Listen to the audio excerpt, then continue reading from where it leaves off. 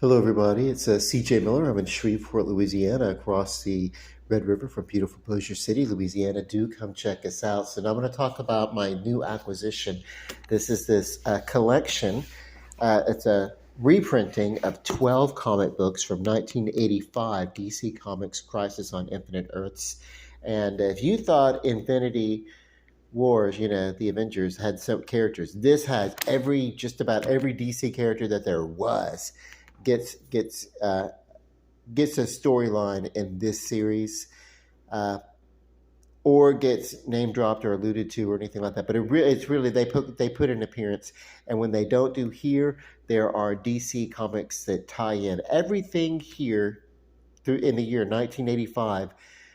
Crisis on Infinite Earths 1 through 12, everything DC Comics tied into this was a Crisis tie-in, as it was cleaning up its superhero multiverse and cleaning its storylines and reconciling. And it was just, leave it to a bunch of nerds and geeks to not understand creative license, to understand a rebranding or a reboot. No, they want nothing but continuity. They want flow and continuity. And if there's a break in continuity, damn it, they want a reason why. It was so important that uh, comic book companies were having to hire people to research continuity as they were, what was going on, continuity and everything. And it became such a big deal that DC was like, we're going to use the multiverse device to plot device to clean up.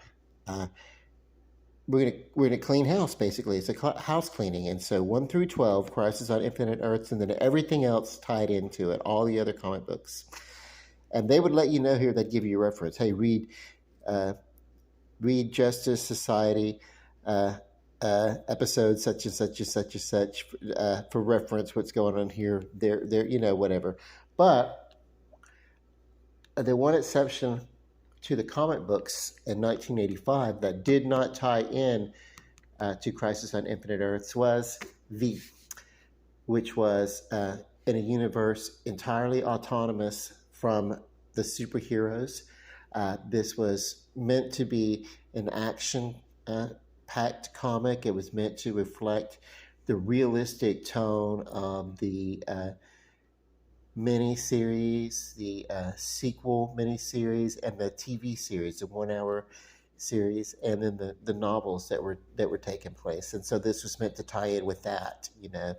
And many of these do reference the TV show or the movies and tie in specifically with that. But it was 1985. It was, if you're reading DC Comics, you're reading V, or you're reading Crisis on Infinite Earths, or some tie-in to that end. And it made my middle school. It made my sixth and seventh grade. I'll tell you that. Okay. So here's the thing. The artwork that was done here. I mean, it just everything had to be wonderful. There's Supergirl, Kara Zor-El, doing her little headband. Do you remember this was the '80s? And everything in the '80s, it was kind of I don't know if she had it before or not, but yeah, she I don't think she started out being the big thing or not, but yeah, the headband, '80s. Everybody was you know fitness culture, workout, aerobicides, aerobics, jazzercise. This was Jane Fonda workout video, Olivia Newton-John physical music video. Gym wear was in, and so were headbands. So we get some of that. It's great, and it even though it's a fantasy of superheroes and everything, it really has a cultural significance, I think, that can like bring back, okay, so our heroes were looking like this at this time. And of course, the opposite, this is that. So you had this going on, And then you had this when it came to DC Comics. So, and this was wonderful, by the way.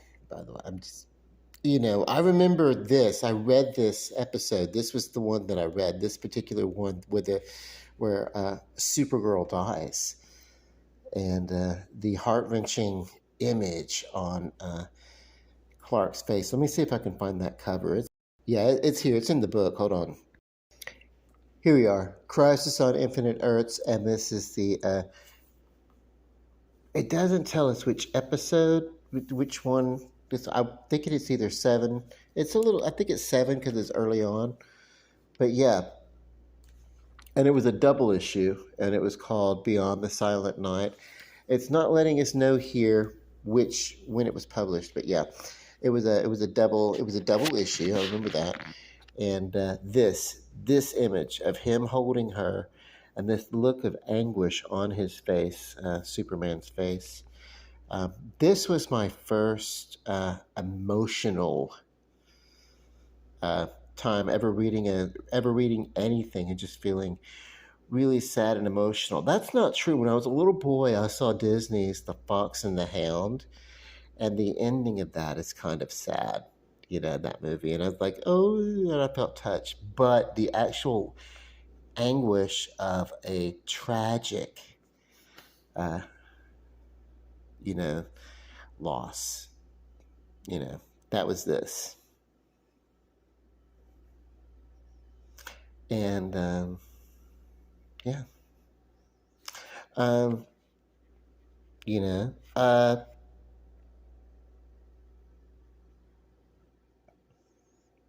they did a great job of capturing that emotion, and you never see Superman like this. There was the movie Superman the movie when he had that thing when he lost Lois Lane, and he had that moment, and he did that scream, and then he spun around the world and brought her back. Uh, uh, but that was a movie, you know. That was not the comic books. So here we go. What are we doing? Yeah, there's various versions of all these different characters. There's even Blue Beetle. We got Blue Beetle coming up. He's a legacy character. He's not something they just created. So, but yeah, the artwork in here. And these are the stories that touch me, because this is like, okay, we're going to start telling more. We're going to stop placating to our audiences. Not everything is going to be fairy tale. Sadness and tragedy sometimes does happen. And this coincided with my middle school years. This coincides with the year that my 9-year-old cousin, died in a very tragic car accident. And so this spoke to me, and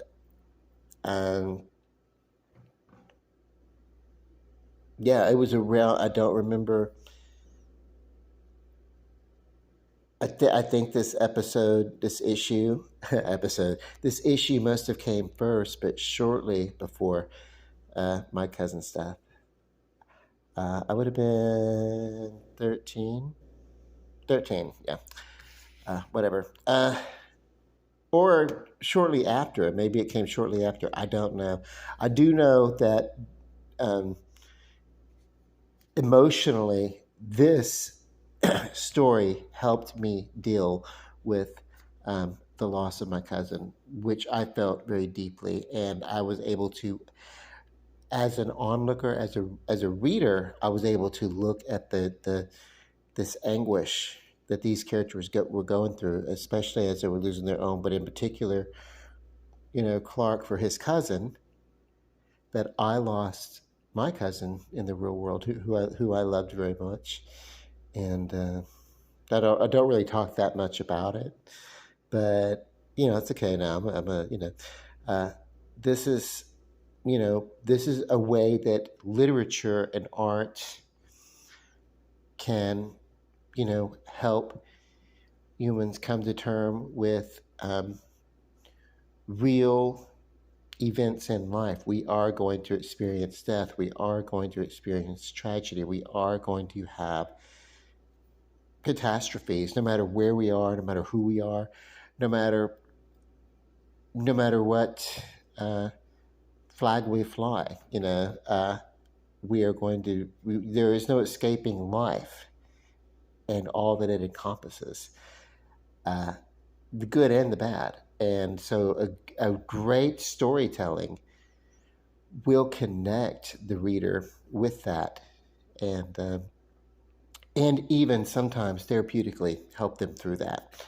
And so, I've always been appreciative of this story in particular, that particular, just those panels that I saw where Clark and Kara are fighting the villain, the Anti-Monitor, and yeah. Um, Oh, it's moving. You should check this out. It's good. So, and I haven't done a video in a minute because I wanted to have something to talk about, but also, because my sister, we've been, she's had a very uh, detailed medical procedure, um, and of course she's on her, she's in recovery now in the CCU and everything. It's an arduous process from a recovery from the type of uh, process that she's had and everything like that. That's her story to tell, and I'll let her tell it in time. But yeah, she's on the mend. Everything's going great.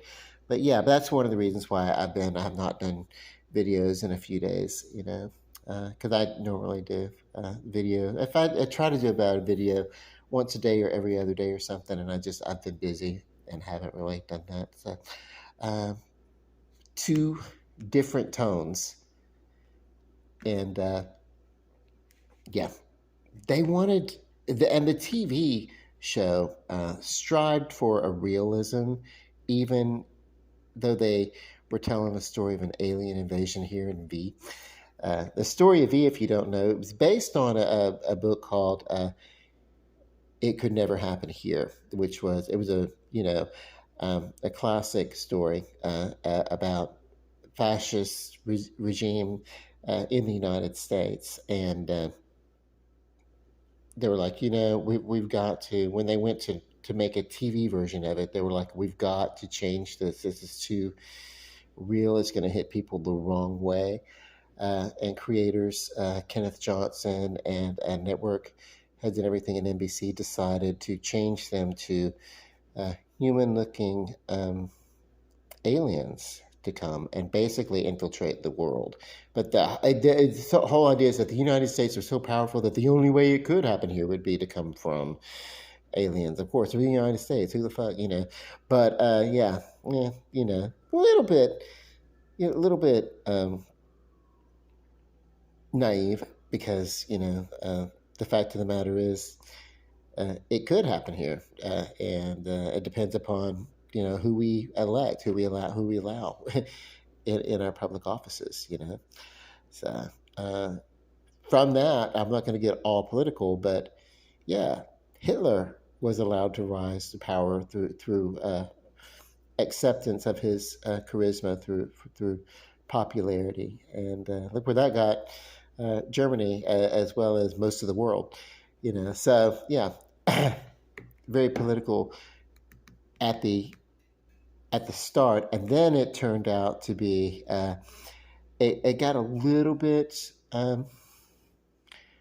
bit formulary and watered down, and it kind of lost some of its power, some of its punch. It was a very expensive show to make, and so yeah, but it was great.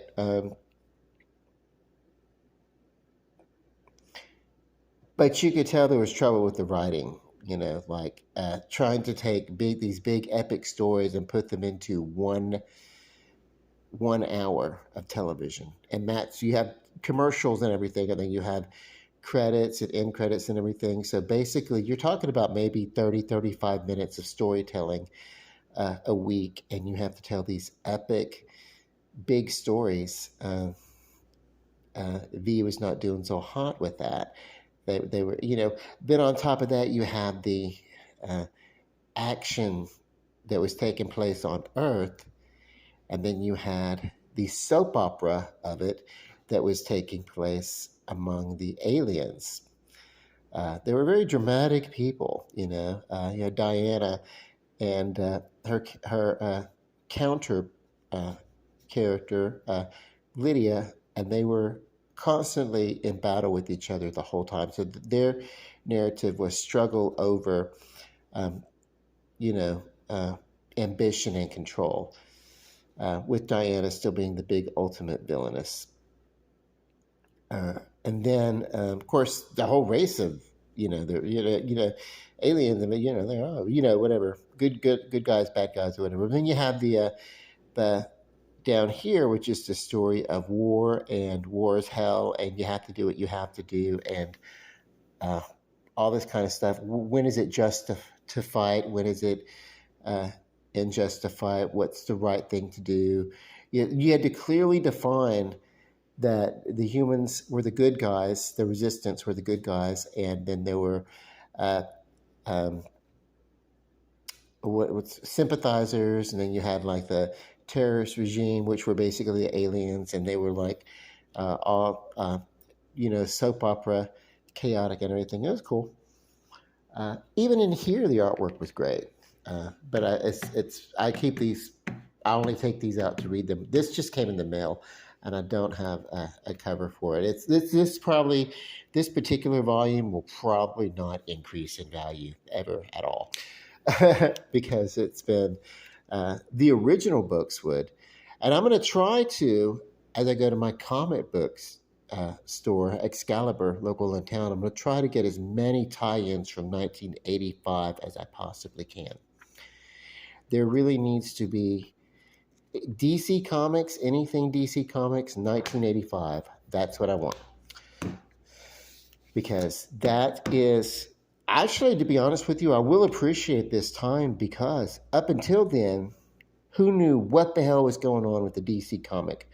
Which particular comic book series in DC was making any sort of sense at the time? Where was the continuity? There was the occasional mashup crossover. There was one episode or one issue where Superman and Joker teamed up to go to the Insanity universe, because the Joker is like insane, right? And Superman needed Joker's help to navigate it, to interpret the insanity, if you will. So that was kind of zany. There was always that kind of stuff, but there was no sense of where do you go after you read this issue? What is the next issue? If you read this Superman comic book, but you also want to read this Wonder Woman comic book, are they within the same universe?